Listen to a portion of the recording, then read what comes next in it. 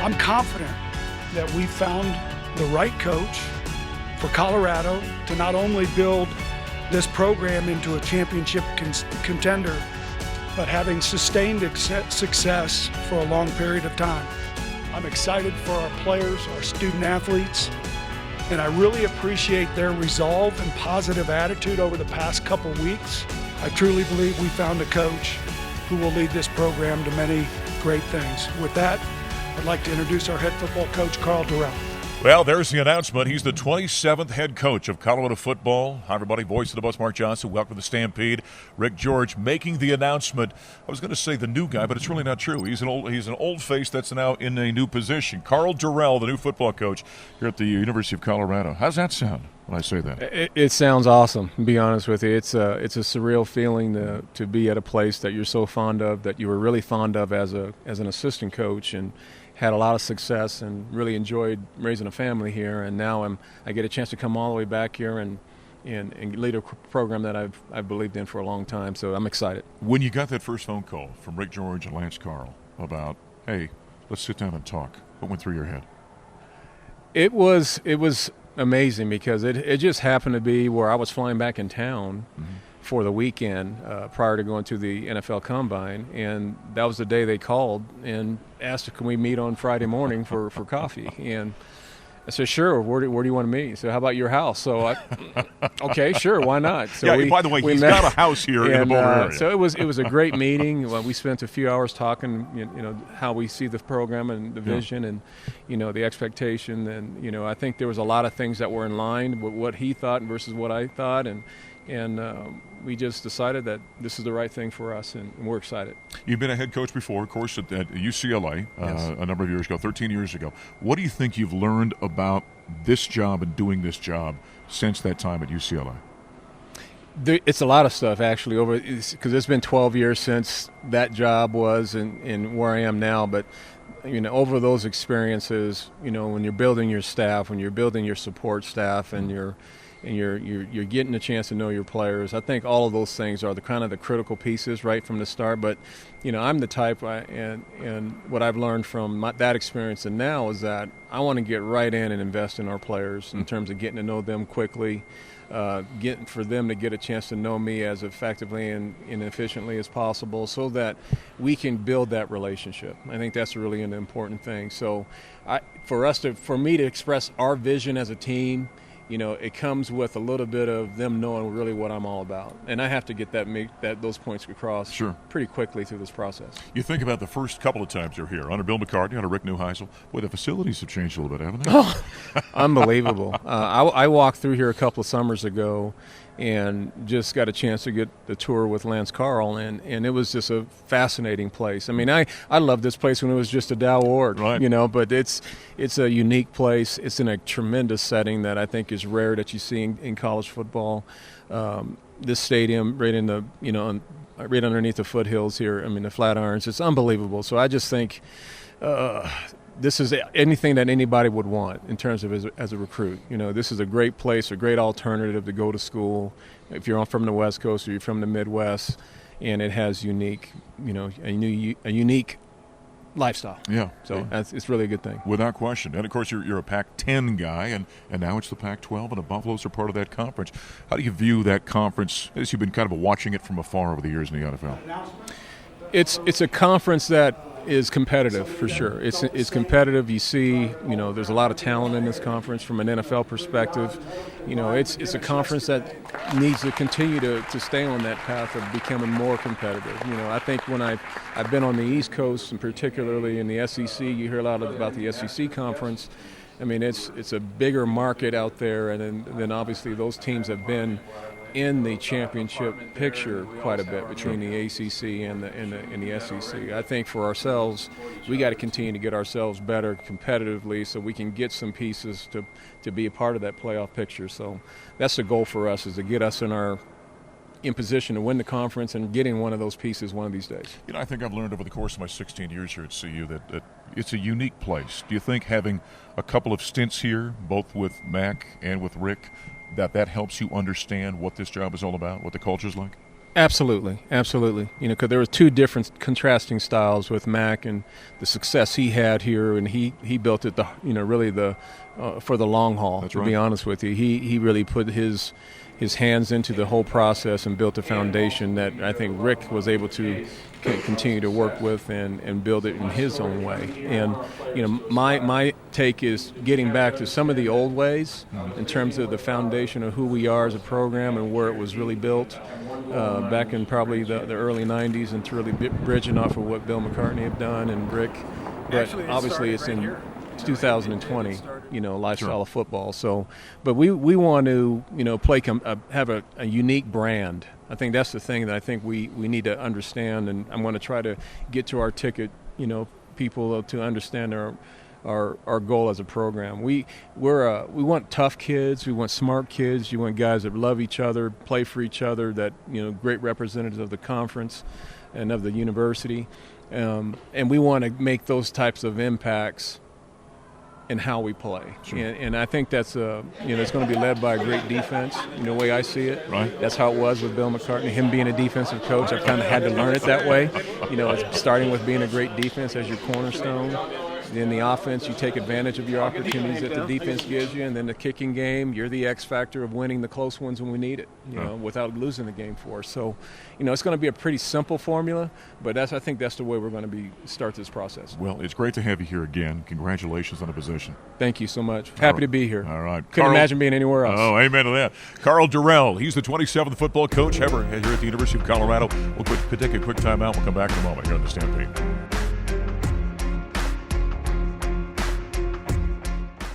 Evan batting with the head of steam down the paint. Shovels off to Lucas, who elevates and slams with two hands. Strips it out, gets it off to Batty, up top, Seaward open for three. Oh, they made him pay. He goes to work, driving, spins his way in the paint, head fake, step through, hook pass behind him, Seaward, another three. He fires and trades from downtown. Well, there's some great highlights of one of the two seniors for the Colorado Buffaloes, Lucas Seaward, as we sit here after Senior Day at the Event Center. Hi, everybody. Welcome to the Buffalo Stampede. I'm voice of the Buffs, Mark Johnson, the aforementioned senior, Lucas Seaward, joining us. Always tough after a loss to sit down and chat about it, but a big homestand, those two ball games. Let's get a quick comment about the USC game on Thursday night. Phenomenal offense the second half of the Buffaloes in that one, wasn't there? Yeah, for sure. You know, we came out pretty slow in the first half, but, you know, Coach, you know, during the halftime, he motivated us, and we came out strong in the second half. You know, the crowd was into it. It was just a great atmosphere. You know, just to be a part of it, it was, you know, pretty special. And the Buffaloes knocked out a bunch of big threes. They shot over 60% in the second half in that ball game. Boy, shooting can be contagious, both in a good way and a bad way, can it? Yeah, for sure. You know, everybody's, you know, kind of got going. Me and Shane especially, I think we were both 3 for 3 in the second half. And, you know, it was great. You know, when shots are going in, pretty sure everybody's happy. So. All right, now let's go to the UCLA game. So, conversely, the offense disappeared in the second half of this one. Lucas, you guys went 10 minutes without a field goal in the second half of the ball game against the Bruins. Yeah, actually, I just, you know, Coach just mentioned in the locker room, I think it was like 9 minutes and we only had like 3 points. That's right. All from the foul line, yeah, by the way. Yeah, and nights like this, we got to rely on our defense, which wasn't great tonight.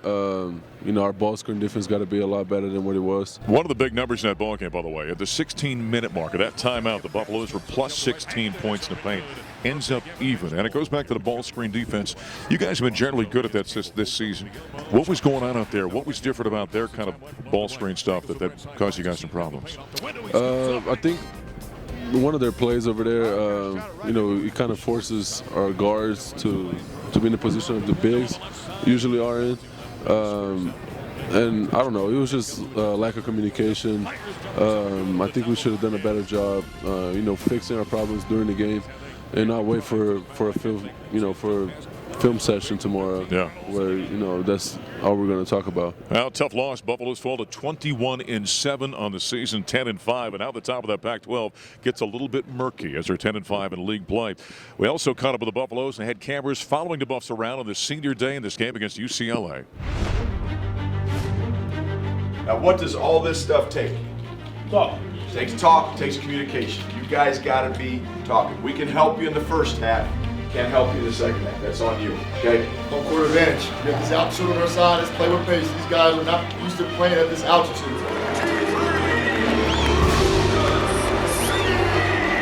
Big thing, the game starts when the shot goes up. Okay, we gotta be physical with our box outs. You cannot get in a jumping contest. You can't be even with them. Get a body on them, create space with our box outs.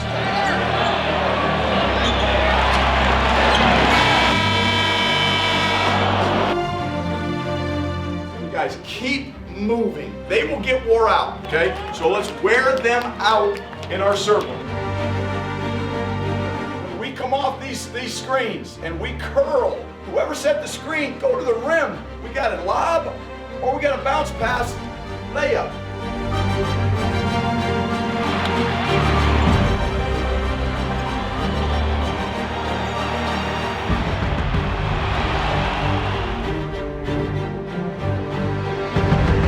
It's more than a two-possession game. With 1:45, we got to get the ball.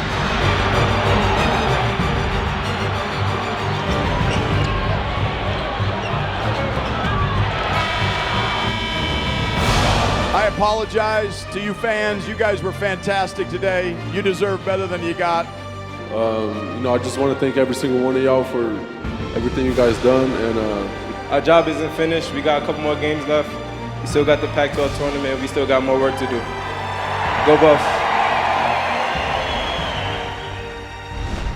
A little behind the scenes here for the Buffs and the Bruins as they fall to UCLA in the final home game of the season. All right, senior day. I don't want to kind of put dirt on top. It's not a postscript. You got plenty of basketball left here. 3 more left in the regular season. Pac-12 tournament, NCAA tournament. But here you sit, your last home game. What kind of goes through your mind? I just wish we would have came out with a win. That was, our main thing going into this game, to this weekend. Against USC and UCLA, we wanted to come out with 2 wins. Even Coach mentioned, coming out with a split wasn't enough for this week. That's right. So, well, 4 years, it goes awful quickly. Yeah. Your time is at Buffalo. Yeah. What do you think about? I mean, I loved it here. Coming from Brazil, there's nothing like this anywhere back home. So,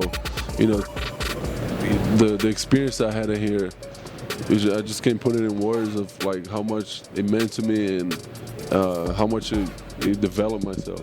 I know it's your parents are coming up for graduation here in a couple of months. Your brother's been here for a while, but when he had that pregame ceremony for you and Shane out there, kind of special having him out there? Yeah, for sure. Going to my senior year, I thought I was going to be there by myself because I thought they were only going to come for graduation. Right. So to have my brother here was pretty special. He's the only person that came and watched me play here. Right. So, yeah. All right. Now, this isn't over, by the way. This is not the end of the story. No, you guys got plenty of basketball left for here, sure. right? You got plenty that you have to prove. No, we got a lot of games left. We're still fighting for a Pac-12 championship. We still got a tournament in Vegas, potential postseason. Our season is not over, but today was just one of those days where we wanted to win and it just didn't happen. The one thing you guys have done this year is bounce back. So good luck in the Bay Area next week. All right, thank you. All right, senior Lucas Seward, his final home game as the Buffs fall to the Bruins. Coming up next, we'll talk to the other senior, Shane Gatling, will join us after a timeout.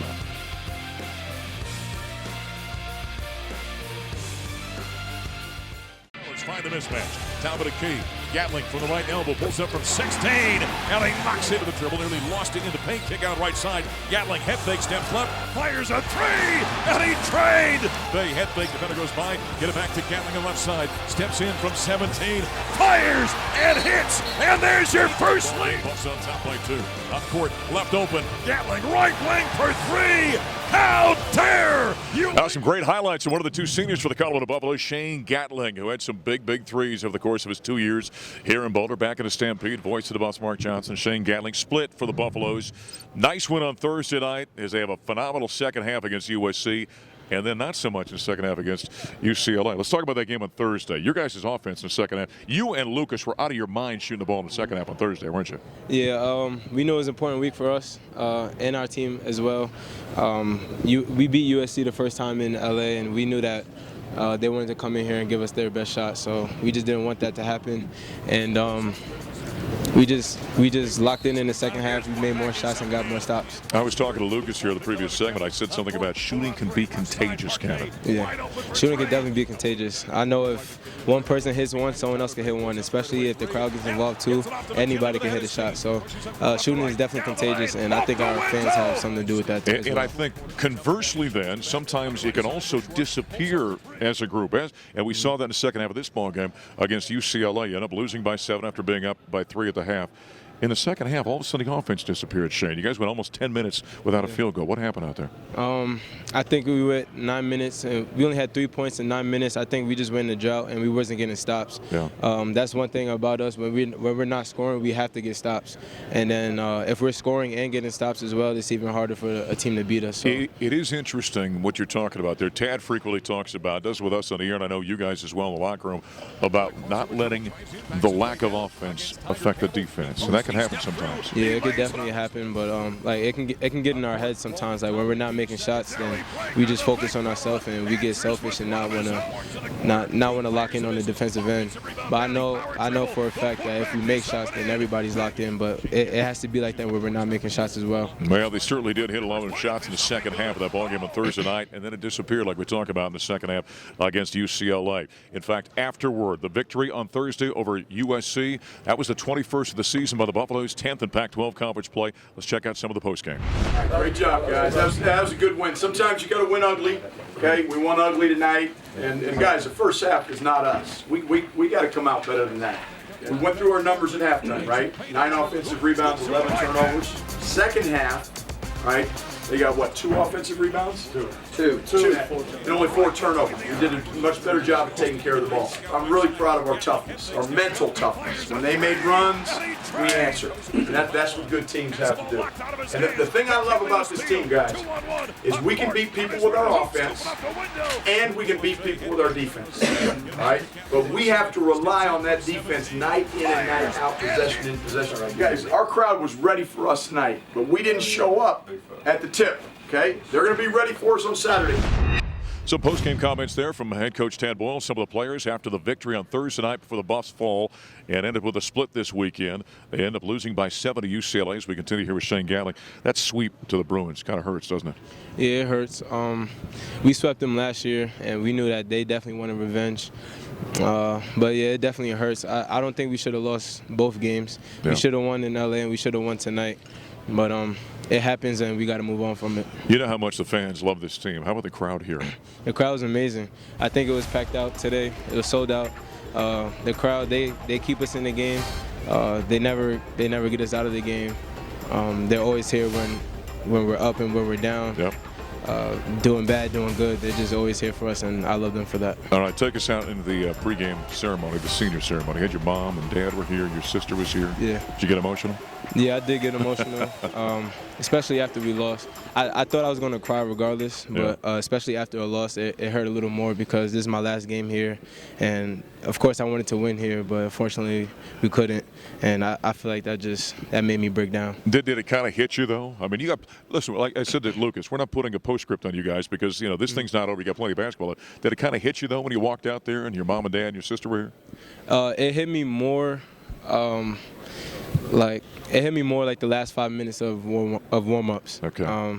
After the senior night, after we walked out with my parents, I didn't feel it as much, but I feel it when we came back from out the tunnel, the last 5 minutes.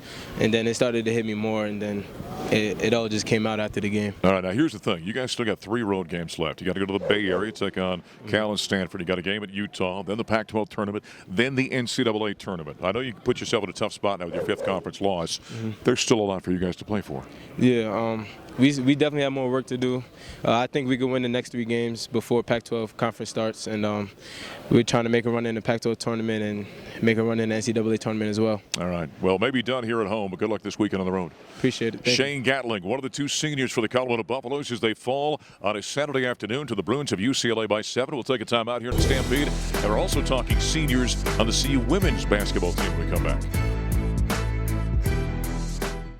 Colorado finally gets what they were looking for. And now is the time to celebrate. Now you see the whole team celebrating. How many Buffaloes today are going to say, this one's for you, Q? Quinessa K-Lodo on her senior day.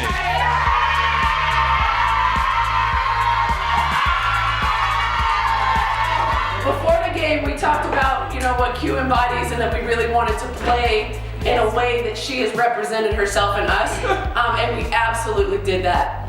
I'm just crazy, crazy proud of all of us for the way that we've grown and the way that we, we finished that game. Okay, we didn't just beat them, we finished it. And we finished it in a way that everybody was really proud of. So we talked about the rebounding, and I think I said, let's beat them by 10 or 12 or 15. Nah, we beat them by 21. That was the fewest points that CU has ever given up to a ranked opponent, ever. You guys held the number 9 team in the country to 38 points. Let's go! Shoulder to shoulder, we will fight.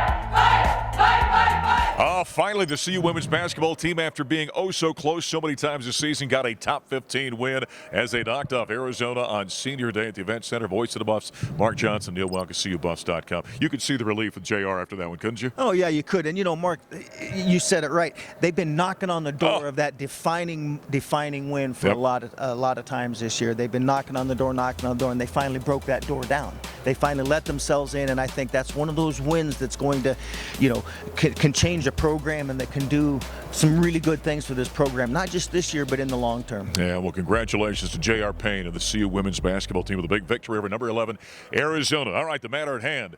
The 27th coach in Colorado history is a guy that Neil covered, obviously, a number of years when he was an assistant under Bill McCartney and Rick Neuheisel. Carl Durrell, as an old-timer around here, what's your response? Number one, I love the fact that he's been here. He's been here. He was here when Colorado was at its peak. He knows what Colorado football looks like when it is an elite program. He was here when top 10 finishes, great bowl games.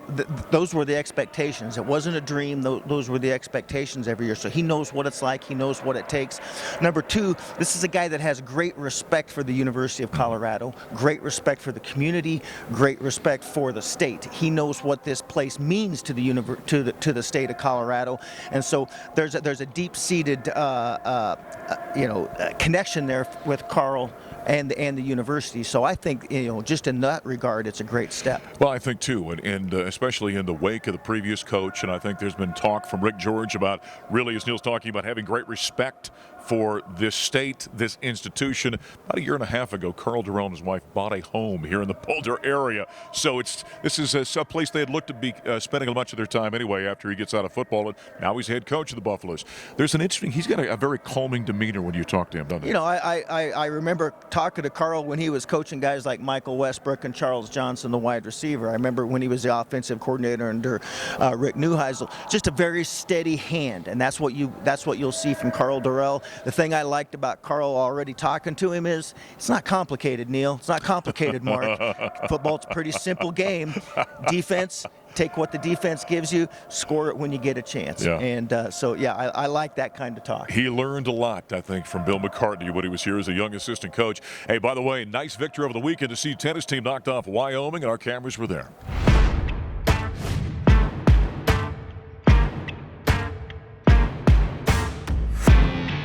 We're here at RMTC, we're playing Wyoming. So we started off pretty strong with lots of energy. And then it was 1-1, it was even, and then Tony and I really got some fire, we got some energy, we started picking it up. Yeah, we just worked really hard and we ended up winning 6-1, and it was really good for Tony and I's doubles. We're really pumped to get into Pac-12. It's coming up, I think, in 2 weeks' time. We've really started to get into a groove as a team. We're really starting to get a lot of energy and know each other's games, and we've got a super talented team this year, and we're really excited to all bring energy and positivity. All 9 of us are going to work super hard, and yeah, we really think we can bring it in Pac-12s and do better than we've ever done. As you can hear, it gets super loud in here, and we really couldn't do it without the hype and the energy, and when we're playing, it's just great to hear Sco Buffs all the time, and that really gives us fire. And playing here, this is our home, this is our court, and it's great to see familiar faces every time. Sco Buffs! Nice win for the Buffs tennis teams to knock off the Cowgirls at the University of Wyoming. Mark Johnson, Neil Welk, as we continue here for a couple of minutes. Men's basketball team got a split last weekend, knocking off USC. Disappointing loss to UCLA, and that one's going to kind of stick in Tad Boyle's craw, I think, for a while. Yeah, that one, I think the exact words from Tad Boyle was, I'm sick to my stomach. And it certainly was. I mean, they had a lead, 9-point lead with about 12 minutes left, and then it just all went south on them. What this team has to do, and what I really like about this team this year, is bounce back. Yeah. You know, they've got 3 road games left, and you know the stat as well as I do. After losses, they've come back and won big 5 times this year. They need to do it again. And so I think this is a team that, 3 road games left. They need a top 4 finish in the Pac-12. Yep. Need to get that first round bye so you're not playing 4 in a row in the Pac-12 tournament. So these last 3 road games really important. I like Tad's team's mental makeup. I'm not too worried yet. Yeah, and I think that the thing that hurt, though, about that UCLA loss is because it made the top of the league really kind of a mess right now. Now Arizona State is in first place in the loss column by a game. And there's a jumble of 4 or 5 teams right behind them. So this thing's got very murky at this point, where the Buffs could have really taken control of the conference. Yeah, they had control of their fate, their destiny, however you want to put it. If they would have won out, they were going to do no less than a tie for the league championship. Now they need some help to win that league title. But again, I think that top 4 finish is something that they really need to focus on. And they get a chance to bounce back on Thursday night. We'll be in Berkeley with the Buffaloes as the Golden Buffaloes will take on the Golden Bears. For Neil Welk, CUBuffs.com, I'm voice of the Buffs, Mark Johnson. Thanks for joining us this week on the Buffalo Stampede. We'll talk to you next time.